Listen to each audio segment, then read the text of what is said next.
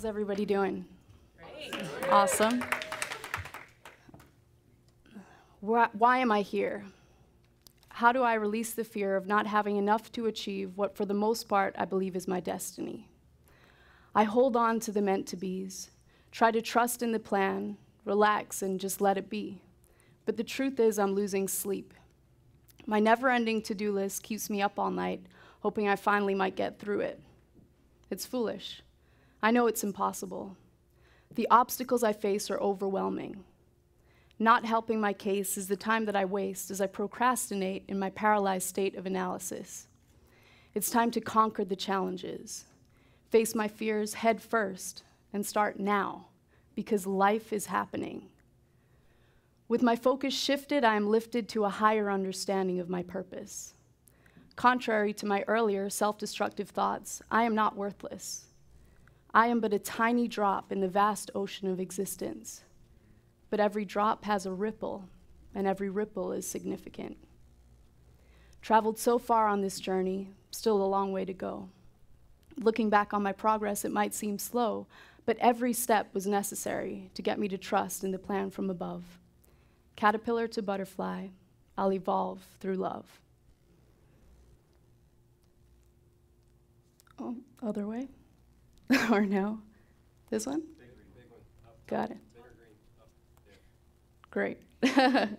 So, my name is Tennille Amor, and as Danielle said, I am the co-founder of E.P.I.C, which stands for Everyday People Initiating Change. We drill clean water wells in Tanzania, Africa, and we also inspire other everyday people to initiate positive change in the world.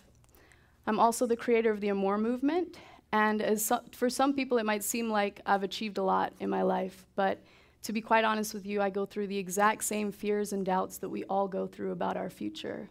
I feel like I've only just begun to scratch the surface of what my full potential is, and in order for me to figure that out, I had to ask myself the question, why am I here?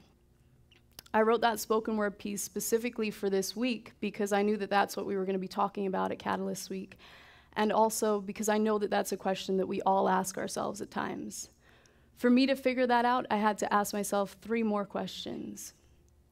What did you want to be when you were a child? As children, we go through the world believing that it can be whatever we can imagine it to be. We have no fear. We believe that anything is possible. But as adults, for some reason along the way, we lose that belief, and we're told that everything that we do has to be part of the real world, that our dreams are not realistic. So I believe that we have to get back to the way that we viewed the world when we were children if we want to connect to our true purpose. The second question is, what are your greatest passions in life? What excites you? What gets you to speak like how Preston spoke earlier? What moves you? What motivates you? The third one is, if you won the lottery, how would your work change? And I often ask myself and my friends that question, and the answers are really interesting. Because if you really start thinking about it, you start to question, what am I doing now that I would do differently if I didn't have to worry about money?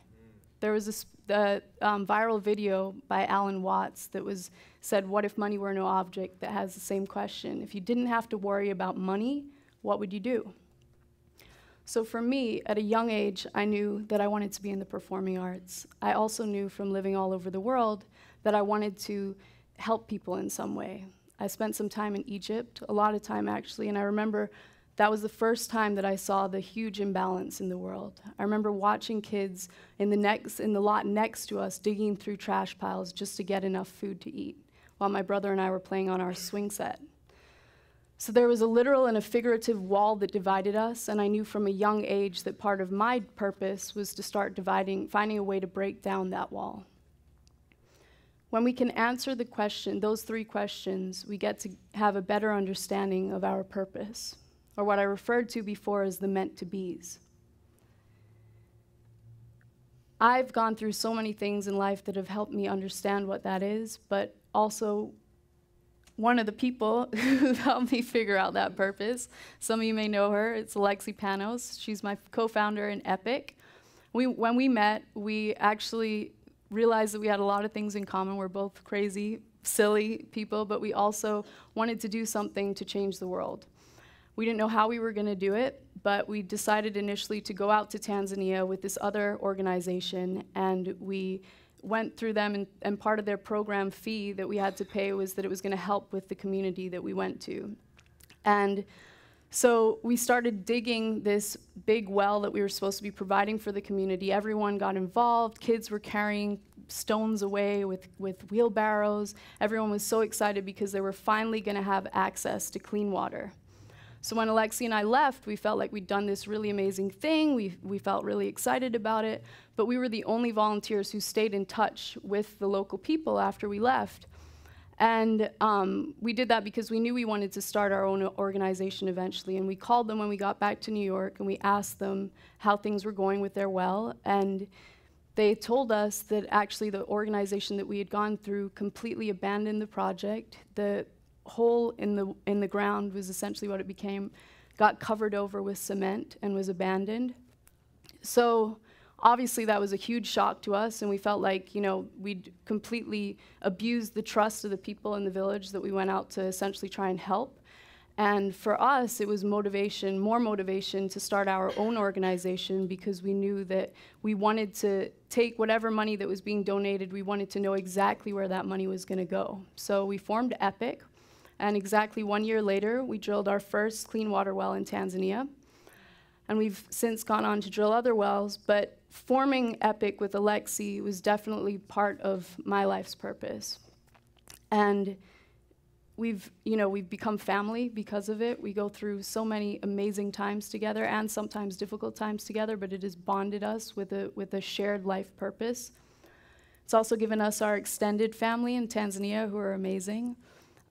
These are just some of them here, but it was part of our destiny before we even knew that it was. And I believe that we're co-creators of our destiny.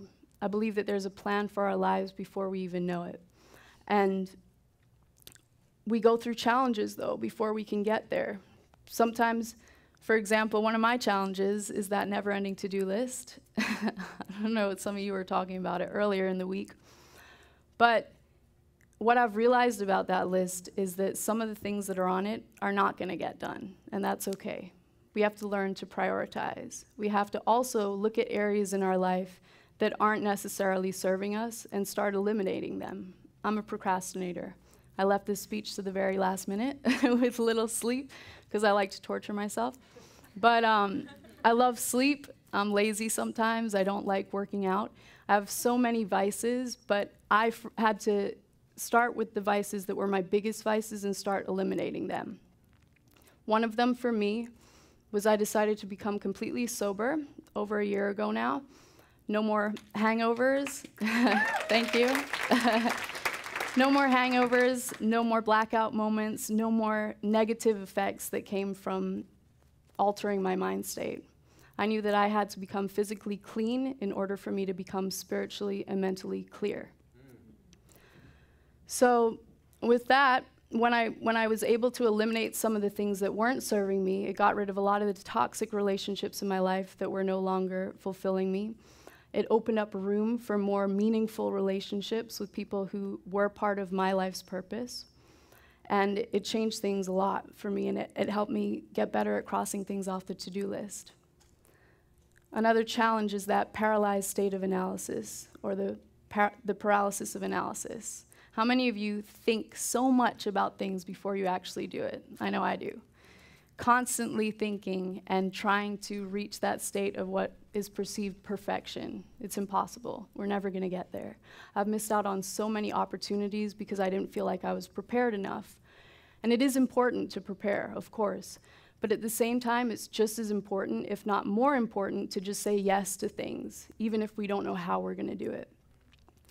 A friend of mine recently asked me to perform at his venue, and I had no idea how I was going to do it. It was like a week away.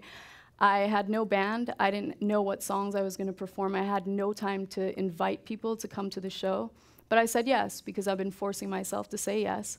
And in 1 week, I put together a 7-person band. We performed a 30-minute set of all original material to a packed out room of people who loved what we did, including one of Bob Marley's sons, who just so happened to be there, and Bob's one of my biggest influences, so that was a huge thing for me. But the most important lesson that I learned from it was what I was capable of doing if I just forced myself to get it done. We need to take action. We need to stop thinking so much about what our purpose is when we know it, and we need to start taking the action steps to get there. We can't think our way to achieving our dreams. We need to start now, because life is happening. When Alexi and I started E.P.I.C, I can't tell you how many people told us that we were crazy. We had no idea what we were doing. We still don't half the time. But my dad told me, he was like, you can't even help yourself. How do you plan on helping other people? But that was the whole point of E.P.I.C. It stands for everyday people initiating change. We don't have a lot of money. We don't have a lot of time. We don't have a lot of resources. We don't have massive platforms that we're working with. And we had even less of that when we started it. All we had is the desire to want to do something positive, and we took action. Thank you. So we need to forget about failure, because when we focus on the failure, we're not going to get anywhere. Even if we take the action towards our dreams and we fail, we're still further along than if we were to never step out at all. I recently ran a crowdfunding campaign for my album, and it was one of the most humbling things that I've ever done, one of the most difficult things I've ever done. But as you can see here, a week ago, I reached 100% of my goal. Thank you. Yeah, it was crazy. It was a very challenging experience, but what I learned from it was that even if I didn't hit that goal, it was still worth it, because every single thing that I experienced along the way was amazing. I met so many new people. I got so many new opportunities. I performed that night. I had no idea how I was going to do it. I did it. There are so many things that we can do if we just take that first step. 100% of the projects that we start are more likely to succeed than the ones that we never start. Think about it. So I am but a tiny drop in the vast ocean of existence, but every drop has a ripple, and every ripple is significant. That one really hit me hard when I realized that. We decided to call our project, our water project with E.P.I.C, the Ripple Project. And the reason why we called it that is because we realized that when you provide a village with clean water, that ripples out and affects every single other aspect of community life. So for Alexi and I, in seeing that, we understood that what we are, who we are, and the names that we make for ourselves, in hundreds of years' time, most likely, it's not going to be remembered. But what will be remembered are the things that we do with the time that we're given. We may be forgotten, but the ripple that we make in the world will not be forgotten. We're infinite. The footprints that we leave on the sand, the people that we touch, the hearts that we connect with, the children that we teach, those are the important things that we need to focus our lives on.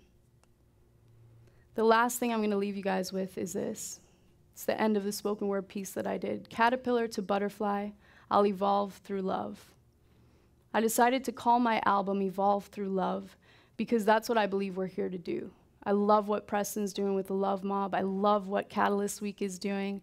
I love knowing all of these amazing people in this room. I am on a mission, Jenna, Phillips, everyone in this room. I could go on and point out everyone that's been inspiring me. But we're here to hold each other accountable. We're here to change the world together. There's this quote by Trina Palace. It's from this book, a children's book actually, called Hope for the Flowers. And in it, the caterpillar asks, how does one become a butterfly? And the butterfly replies, you must want to fly so much that you're willing to give up being a caterpillar. That hit me really hard because it made me realize that if I want to live up to my fullest potential, I have to start holding myself up to higher standards. I've been doing that lately. I've given up a lot of my old caterpillar ways, and I'm finally ready to fly. But let's fly together. Let's keep dreaming big and believing in the impossible. And in this fast-paced world of ever-advancing technology, let us not forget how to connect with one another, human to human, heart to heart. Thank you.